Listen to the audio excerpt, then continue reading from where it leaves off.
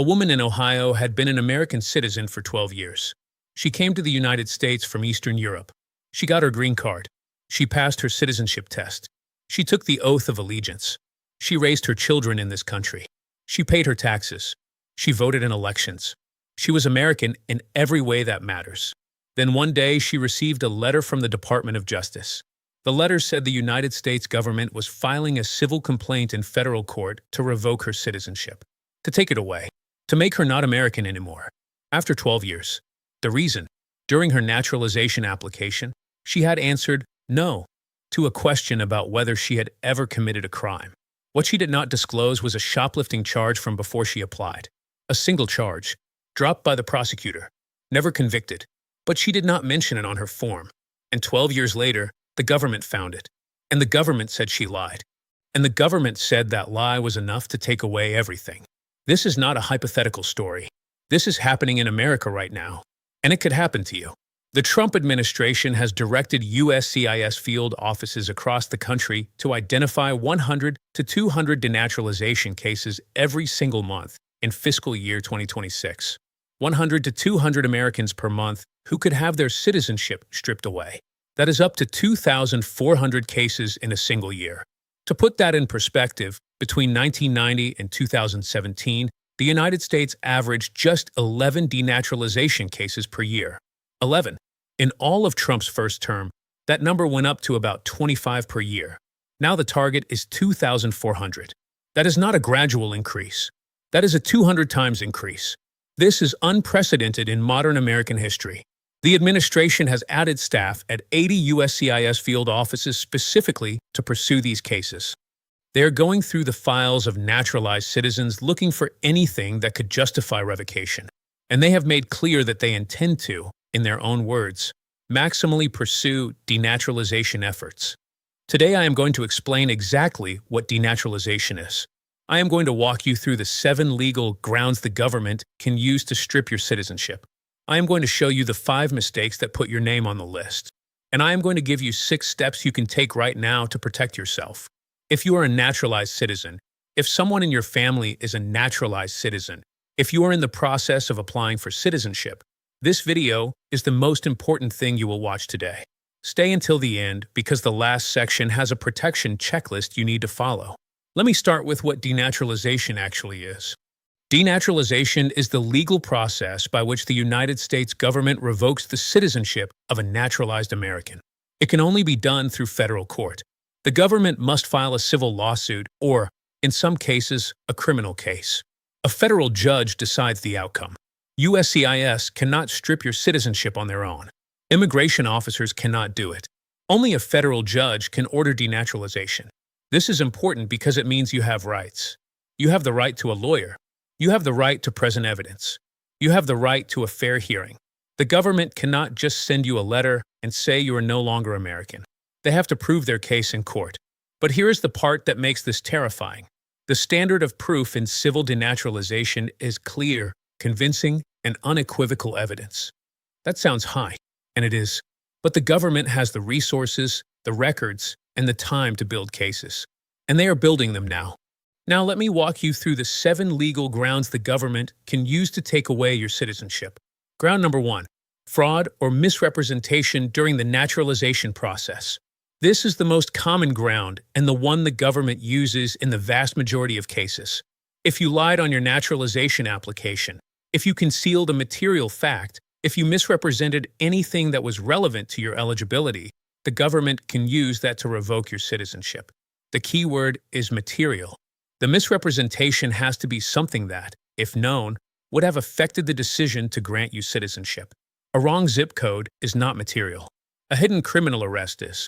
Ground number 2. Concealment of criminal history. If you had arrests, convictions, or charges that you did not disclose on your N-400 application, and those offenses would have made you ineligible for citizenship or would have affected the determination of your good moral character, the government can seek denaturalization. This includes offenses from before you became a permanent resident. This includes offenses in other countries. This includes offenses that were expunged or dismissed. If you did not disclose them, you could be at risk. Ground number 3. Marriage fraud. If you obtained your green card through a marriage that the government determines was not genuine, and then used that green card as the basis for your citizenship, the entire chain is fraudulent. The green card was fraudulent. The citizenship was fraudulent. And both can be revoked. Marriage fraud is the #1 target of the current denaturalization push because it is the easiest to prove. If the government shows that your marriage was entered into primarily for immigration benefits, everything that followed collapses. Ground number 4. Membership in or affiliation with prohibited organizations. Under the Immigration and Nationality Act, if within 5 years of your naturalization you become a member of or affiliated with the Communist Party, a totalitarian organization, or a terrorist organization, your citizenship can be revoked. This also applies if you concealed such membership during your application. Ground number 5. Refusal to testify before Congress. If within 10 years of your naturalization you refuse to testify before a congressional committee investigating your involvement in subversive activities, the government can seek denaturalization. This is rarely used, but it is on the books, and it is legally valid. Ground number 6. Military discharge. If you obtain citizenship through military service and you are dishonorably discharged before serving 5 years of honorable service, your citizenship can be revoked. Ground number 7. Illegal procurement. This is a catch-all category. If the government determines that you are not legally eligible for citizenship at the time it was granted, even if no fraud was involved, your citizenship was illegally procured and can be revoked. For example, if you did not meet the physical presence requirement, or if you did not meet the continuous residence requirement, or if there was an administrative error that granted you citizenship when you were not eligible. Those are the 7 grounds. Now let me tell you the 5 specific mistakes that put naturalized citizens on the government's radar in 2026. These are the things that trigger a review of your file. Mistake number 1. Answering a question incorrectly on Form N-400. The N-400 is the naturalization application. It asks detailed questions about your criminal history, your travel, your employment, your marital history, your memberships, and your moral character. If you answered any question incorrectly, even if you misunderstood the question, even if your lawyer filled it out wrong, that incorrect answer sits in your file forever. And right now, USCIS is reviewing those files. Mistake number 2. Having a criminal record that was not disclosed. Any arrest, any charge, any conviction, even traffic offenses in some cases. If it was not on your application and the government finds it, that becomes potential evidence of fraud. It does not matter if the case was dismissed. It does not matter if it was expunged. The question on the N-400 asks about arrests, not convictions. If you were arrested and did not disclose it, you are at risk. Mistake number 3. Getting divorced shortly after naturalization. If you obtained your green card through marriage and then divorced your spouse within a short period after becoming a citizen, that pattern raises a red flag for marriage fraud. The government looks for timelines. Green card through marriage, citizenship 3 years later, divorce 6 months after citizenship. That pattern triggers a review. It does not mean your marriage was fraudulent, but it means someone is going to look. Mistake number 4. Traveling extensively to your home country after citizenship. If you became a citizen and immediately started spending most of your time in your country of origin, the government may question whether you ever intended to make the United States your permanent home. This is especially relevant for people who obtained citizenship through the 3-year marriage rule instead of the 5-year rule. Extended absence can be used as evidence that you did not have the required attachment to the United States. Mistake number 5. Social media posts that contradict your application. If your Facebook or Instagram from years ago shows you in a country you said you were not in. If your posts suggest you were working when your status did not allow it. If your photos contradict the timeline of your relationship with your spouse, the government has access to everything public. And in 2026, with expanded social media vetting, they are looking more closely than ever. Now let me explain what actually happens when the government decides to pursue denaturalization against you. Step 1. USCIS reviews your naturalization file. They are looking for inconsistencies, errors, omissions, and fraud indicators. Right now, at 80 field offices across the country, officers are assigned specifically to this task. Step 2. If USCIS finds something, they refer your case to the Office of Immigration Litigation at the Department of Justice. The DOJ reviews the referral and decides whether to file a civil complaint in federal court. Step 3. The DOJ files a lawsuit against you in the U.S. District Court where you live. You are now a defendant in a federal case. The United States of America is the plaintiff. You are the person being sued. Step 4. The case proceeds like any federal civil case. Discovery, depositions, motions. You have the right to hire an attorney. You have the right to present evidence and witnesses.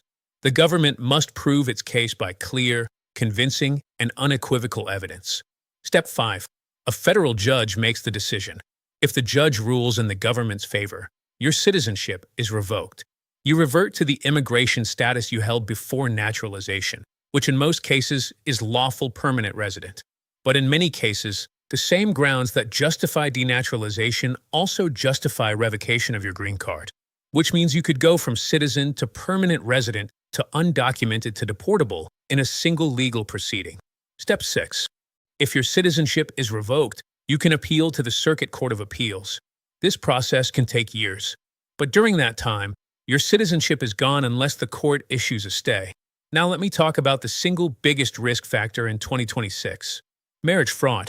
Immigration attorneys across the country are saying that marriage-based cases are the #1 target of the denaturalization push. Here's why. Marriage fraud cases are relatively easy to prove compared to other grounds. The government looks for evidence that the marriage was entered into primarily for immigration benefits. Evidence includes short duration of the marriage, separate living arrangements during the marriage, lack of shared finances, lack of photos together, inconsistent statements during the green card interview, and divorce shortly after obtaining the green card or citizenship. If you obtained your green card through marriage and then your citizenship through that green card, and the government determines the marriage was not genuine, both your green card and your citizenship are revoked. There is no statute of limitations on civil denaturalization for fraud. Let me repeat that. There is no statute of limitations. The government can come back 10 years later, 15 years later, 20 years later, 30 years later. If they find evidence that your marriage was fraudulent, they can file a case no matter how long ago it happened. And in 2026, with the monthly quota of 100 to 200 cases, officers at 80 field offices are actively going through old files looking for exactly these patterns. Now here are the 6 steps every naturalized citizen should take right now to protect themselves. Step 1. Pull your immigration file. You can request a copy of your complete USCIS file by filing a FOIA request or a Form G-639. Get every document, every form you submitted, every interview record, every note in your file. Review it carefully. Look for any inaccuracies. If you find errors that you made, consult an immigration attorney immediately about whether and how to correct them. Step 2.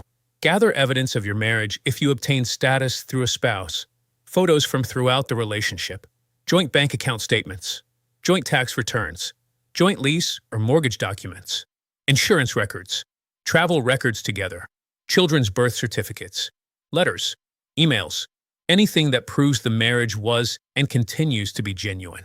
Even if you are now divorced, gather evidence that the marriage was real at the time it existed. Keep these documents in a safe place. Step 3. Review your N-400 answers. Look at every question you answered. Compare your answers to reality. Did you disclose every arrest? Did you list every trip outside the United States? Did you accurately describe your employment history? If you find an answer that was incorrect, speak to an immigration attorney about your options. Step 4. Clean your social media. Go through every post, photo, and check in from the period before and after your naturalization. Remove anything that could be misinterpreted as contradicting your application. If you posted about being in a country you did not disclose on your N-400 travel history, that is a problem. If you posted photos suggesting you were working when your status did not permit it, that is a problem. Back up everything privately and remove it from public view. Step 5. Consult an immigration attorney now, not after you receive a letter.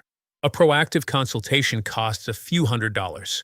A denaturalization defense costs tens of thousands.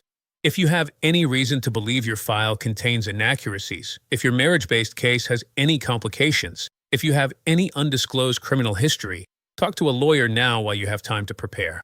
Step 6. Do not sign anything from USCIS or the DOJ without legal representation. If you receive any letter, any request for an interview, any summons related to your naturalization, do not respond without a lawyer. Do not go to any interview alone. Do not make any statements without legal counsel. Your citizenship is on the line. This is not the time to save money on legal fees. Before I close this video, let me give you the final warning. The Supreme Court has said repeatedly that citizenship is too precious and too fundamental to be taken away on a whim. Federal judges will not rubber stamp these cases. The government still has to prove fraud by clear and convincing evidence. And many legal experts believe that the 100 to 200 cases per month target is impossible to sustain legally. But that does not mean you should be complacent. Even if the government cannot win every case, the process itself is devastating. The legal fees alone can destroy a family financially. The stress and fear of having your citizenship questioned can affect your health, your job, your relationships, your children. The best defense is preparation.